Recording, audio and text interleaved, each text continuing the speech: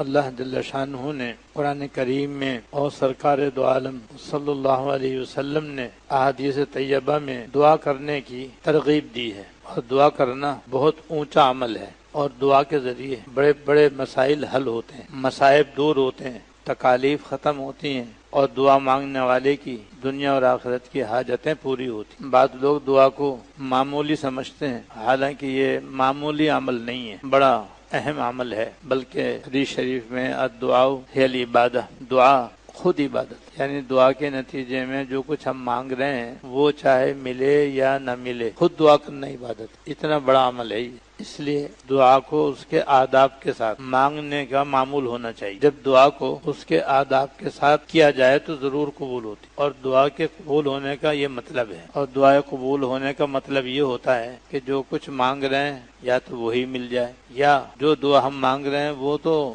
نہ ملے، اللہ تعالیٰ اس دعا کے بدلے کوئی اور نعمت عطا فرما دیتے جو ہم نہیں مانگ رہے، یا کوئی اور مصیبت اللہ تعالیٰ ٹال دیتے ہیں اور دور فرما دیتے ہیں، یا جو کچھ ہم مانگ رہے ہیں وہ تو نہیں مل رہا، لیکن اللہ تعالیٰ اس دعا کی وجہ سے اس کو آخرت میں ذخیرہ کر دیتے، اس دعا کو آخرت میں جمع کر دیتے ہیں، اور پھر آخرت میں اللہ تعالیٰ اس دعا کی برکت سے آخرت کی نعمتیں عطا فرمائیں گے۔ یہ تین صورتیں ہوتی ہیں دعا میں قبول ہونے